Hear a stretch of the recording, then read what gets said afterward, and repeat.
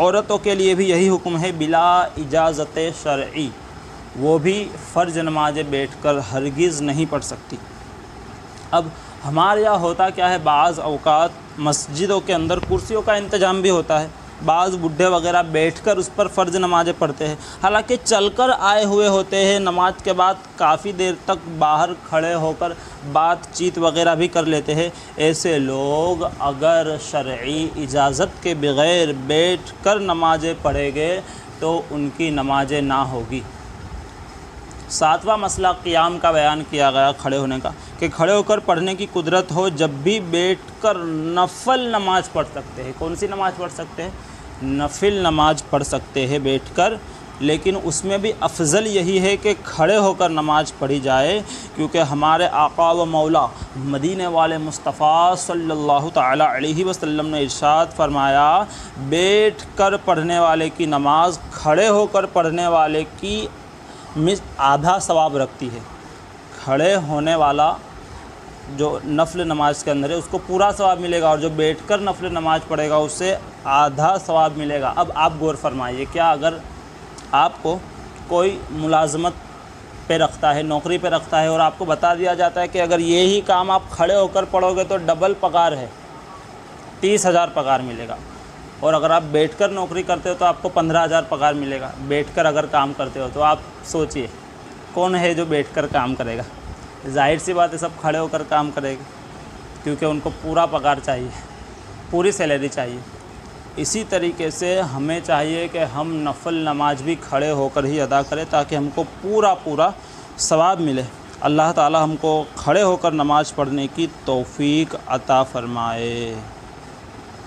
صلو علی الحبیب صلی اللہ تعالی علی محمد صلی اللہ علیہ وسلم۔ آئیے تیسرے فرض کی طرف بڑھتے ہیں، بہت اہم ترین فرض ہے یہ۔ نماز کے اندر وہ باتیں بیان کی جا رہی ہے جو فرض ہے، کمپلسری ہے، کرنا ہی پڑے گی۔ اس میں سے دو باتیں ہم نے سیکھی۔ نمبر ایک کیا تھی؟ تکبیر تحریمہ یعنی اللہ اکبر کہنا۔ دوسرا فرض کیا تھا؟ قیام یعنی کھڑا ہونا سیدھے۔ اور تیسرا فرض ہے قراءت۔ قراءت کسے کہتے ہیں؟ آئیے اس کے بھی مسائل سیکھتے ہیں۔ پہلا مسئلہ بیان کیا گیا، قراءت اس کا نام ہے کہ تمام حروف مخارج سے ادا کیے جائے، ہر حرف غیر سے یعنی دوسرے حرف سے بالکل الگ، ڈیفرنٹ معلوم ہونا چاہیے۔ جس طریقے سے قرآن پاک کے اندر حروف ہے تو ان کو بالکل الگ الگ پڑھا جائے گا۔ جس طریقے سے عین ہے وہ الگ ہے اور الف ہے وہ الگ ہے، تو ان سب حروفوں کو الگ پڑھا جائے گا۔ دوسرا مسئلہ قراءت کا بیان کیا گیا، آہستہ پڑھنے میں بھی یہ ضروری ہے کہ خود سن سکے، بالکل منہ بند کر کے نہیں پڑھی جائے گی قراءت، بلکہ اتنی آواز سے پڑھے گے کہ ہمارے کان سن سکے، ٹھیک ہے۔ تیسرا مسئلہ بیان کیا گیا، اگر حروف تو صحیح ادا کیے مگر اتنے آہستہ کہ خود نہ سن سکا، اور کم سننے کی بیماری یا کوئی ایسا شور و غل بھی نہیں تھا کہ کان تک آواز نہ آئے، تو اس صورت میں آپ کی نماز نہیں ہوگی۔ چوتھا مسئلہ بیان کیا گیا، اگرچہ خود سننا ضروری ہے مگر یہ بھی احتیاط ضروری رکھے کہ سری نماز، اب یہ سری نماز کسے کہتے ہیں؟ وہ نمازیں جو آہستہ قراءت والی ہوتی ہے، جس طریقے سے ظہر ہو گئی، عصر ہو گئی، ان نمازوں کے اندر ہمارا آواز دوسروں تک نہ پہنچے۔ پانچواں مسئلہ یہ بیان کیا گیا قراءت کا کہ نماز کے علاوہ بھی جہاں کچھ پڑھنا مقرر ہے اس سے یہی مراد ہے کہ خود کے کان سن سکے۔ کہیں بھی شریعت نے کچھ پڑھنا مقرر کیا ہے، چاہے وہ درود پاک ہو یا پھر قرآن پاک کی تلاوت یوں ہم کر رہے ہو، یا پھر طلاق دینے کا مسئلہ، جانور ذبح کرنے کا مسئلہ، ان سب کے لیے یہی حکم ہے کہ اتنا پڑھے کہ ہمارے خود کے کان سن سکے۔ چھٹا مسئلہ یہ بیان کیا گیا قراءت کا کہ مطلقاً ایک آیت پڑھنا فرض کی 2 رکعتوں میں، اور وتر اور سنتیں اور نوافل کی ہر رکعت میں امام و منفرد یعنی تنہا نماز پڑھنے والے پر فرض ہے۔ ساتواں مسئلہ بیان کیا گیا مقتدی کسے کہتے ہیں؟ پہلے بھی بتا چکا، جو امام صاحب کے پیچھے نماز پڑھتے ہیں انہیں مقتدی کہتے ہیں۔ تو مقتدی کو نماز میں قراءت ہرگز جائز نہیں۔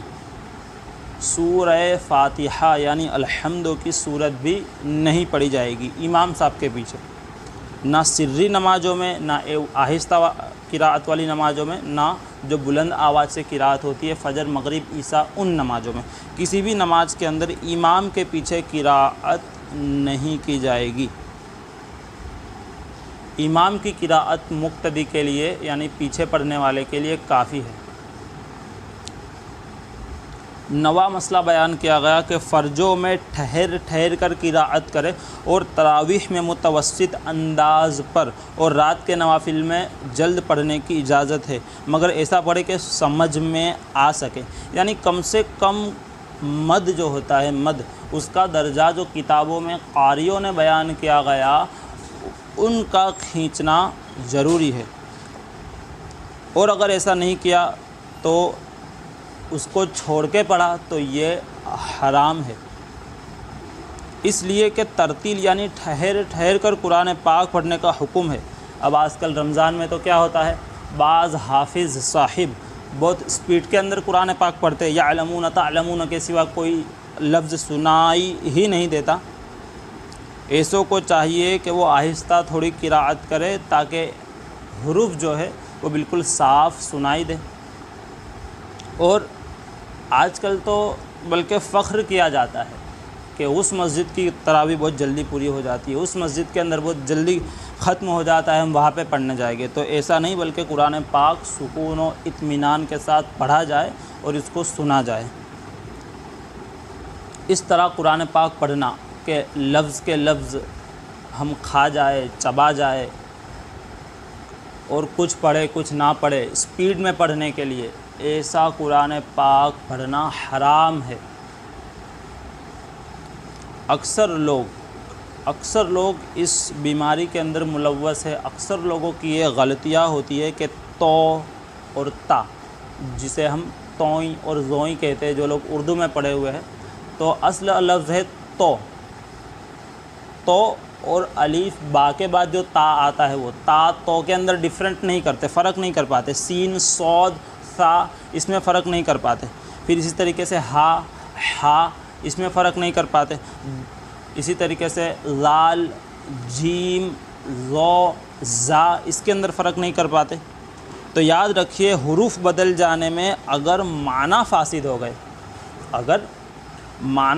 ہو گئے، ٹرانسلیشن چینج ہو گیا پڑھنے کی وجہ سے، غلط پڑھنے کی وجہ سے، تو آپ کی نماز نہ ہوگی۔ مثلا اگزامپل کے طور پہ جیسے کہ بتایا گیا سبحان ربی العظیم ہے ذو کے ساتھ، اگر کسی نے سبحان ربی العظیم پڑھ دیا تو نماز جاتی رہی۔ لہٰذا جن کو مخارج نہیں آتے ان کو چاہیے کہ رکوع کے اندر سبحان ربی العظیم کے بدلے سبحان ربی الکریم پڑھیں گے۔ اب ایک بہت ہی اہم ترین مسئلہ بیان کیا جا رہا ہے، بہت ہی اہم مسئلہ، اور پہلے خبردار کیا جا رہا ہے کہ خبردار، جس سے حروف صحیح ادا نہیں ہوتے اس کے لیے تھوڑی دیر پریکٹس کر لینا، تھوڑی دیر سیکھ لینا کافی نہیں، بلکہ اس پر لازم ہے، ضروری ہے کہ انہیں سیکھنے کے لیے رات دن پوری کوشش کرے۔ اگر صحیح پڑھنے والے کے پیچھے نماز پڑھ سکتا ہے تو فرض ہے کہ اسی کے پیچھے نماز پڑھے، یا وہ آیتیں پڑھے جس سے حروف صحیح ادا ہو سکتے ہو، اور یہ دونوں صورتیں ناممکن ہو تو جمانے کوشش میں اس کی اپنی نماز ہو جائے گی۔ اگر کوئی شخص یہ قراءت نہیں سیکھا ہے، کیونکہ قراءت کیا ہے نماز کے اندر فرض ہے، اگر تیسرے نمبر کا فرض ہے، اگر کوئی نہیں سیکھا ہے قراءت تو مسئلہ بیان کیا گیا کہ اس کے اوپر فرض ہے کہ وہ سیکھے گا، مخارج صحیح پڑھتے سیکھے گا۔ اگر نہیں سیکھتا تو اس کی نماز ہوگی ہی نہیں، صرف اس کی سمجھ لو ایکسرسائز ہے، اٹھنا ہے بیٹھنا ہے، نماز اس کی نہیں ہوگی۔ کتابوں کے اندر مسئلہ بیان کیا گیا، اعلیٰ حضرت مجدد دین و ملت امام احمد رضا خان رحمۃ اللہ تعالیٰ علیہ نے فتاوی رضویہ شریف میں بیان کیا۔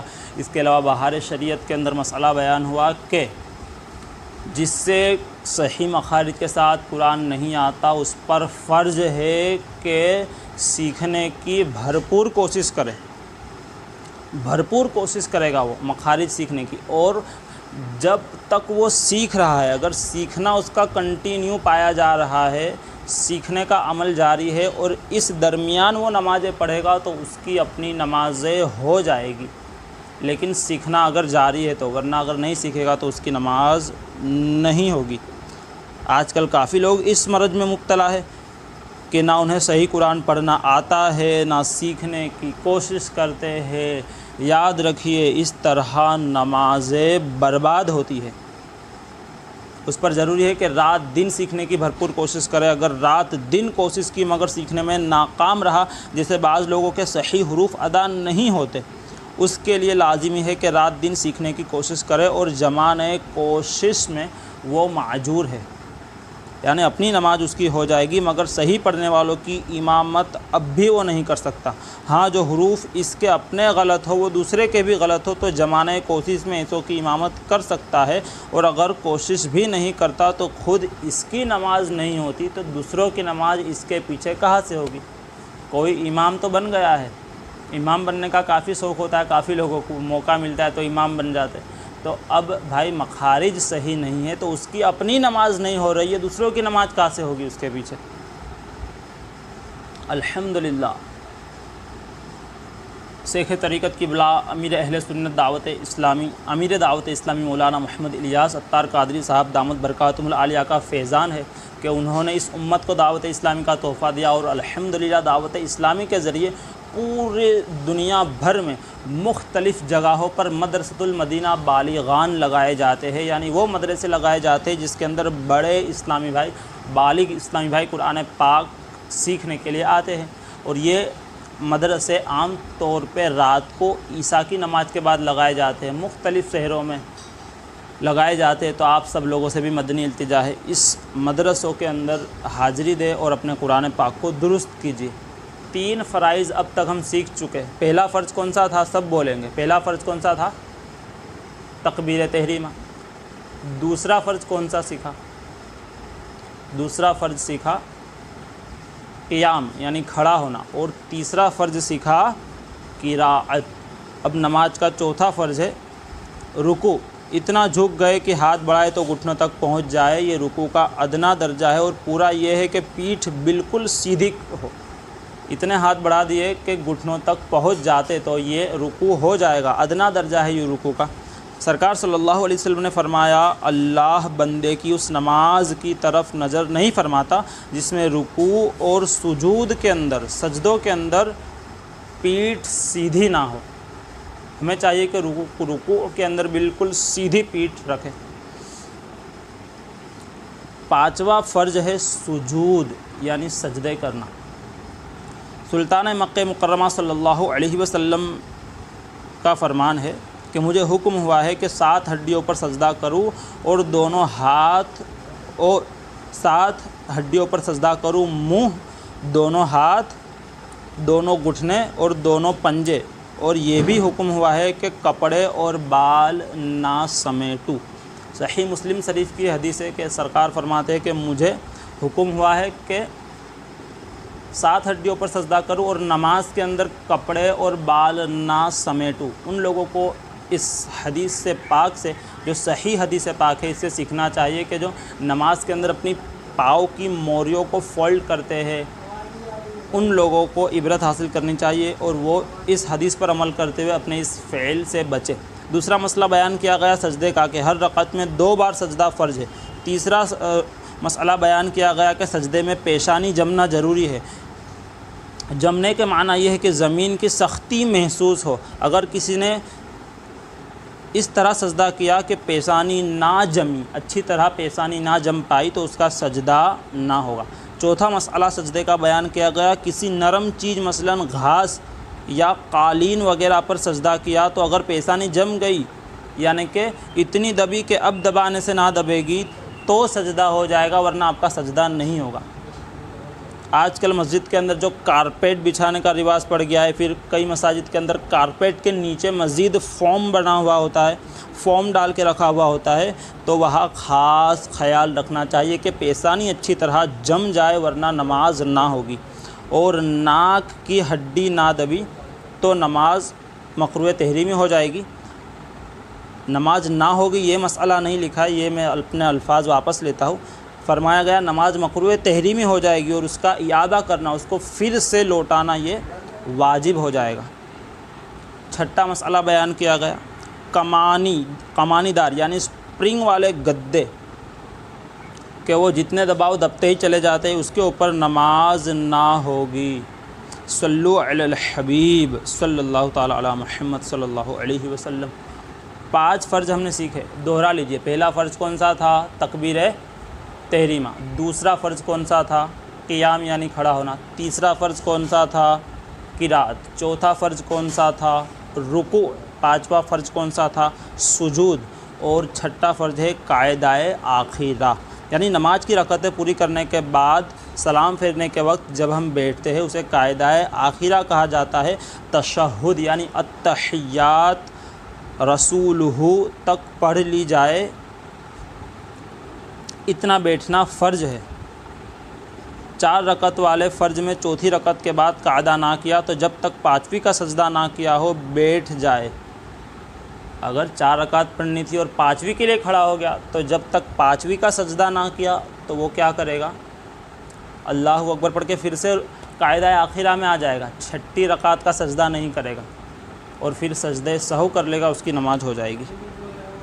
7واں مسئلہ بیان کیا گیا، خروج بسنعہ یعنی قاعدہ آخرہ کے بعد سلام یا بات چیت وغیرہ کوئی ایسا کام ارادتاً کرنا جو نماز سے باہر کر دے، مگر سلام کے علاوہ کوئی فعل قصداً یعنی جان بوجھ کر پایا گیا تو نماز واجب الاعادہ ہو جائے گی، اور اگر بلا قصد کوئی اس طرح فعل پایا گیا تو نماز باطل۔ صلو علی الحبیب صلی اللہ تعالی علی محمد۔ امید کرتا ہوں کہ یہ 7 فرائض آپ یاد کر لوگے۔ نیت کر لیجئے کہ انشاءاللہ 7 فرائض یاد کر لیں گے۔ پہلا فرض کون سا تھا؟ تکبیر تحریمہ۔ دوسرا فرض کون سا تھا؟ قیام۔ تیسرا کون سا تھا؟ قراءت۔ چوتھا کون سا تھا؟ رکوع۔ 5واں سجود۔ چھٹا فرض کون سا تھا؟ قاعدہ آخرہ۔ اور 7واں فرض تھا خروج بسنعہ یعنی اپنی نماز سے باہر ہونا، خروج کرنا، باہر نکل جانا، یہ 7واں فرض تھا۔ صلو علی الحبیب صلی اللہ تعالی علی محمد صلی اللہ تعالی علی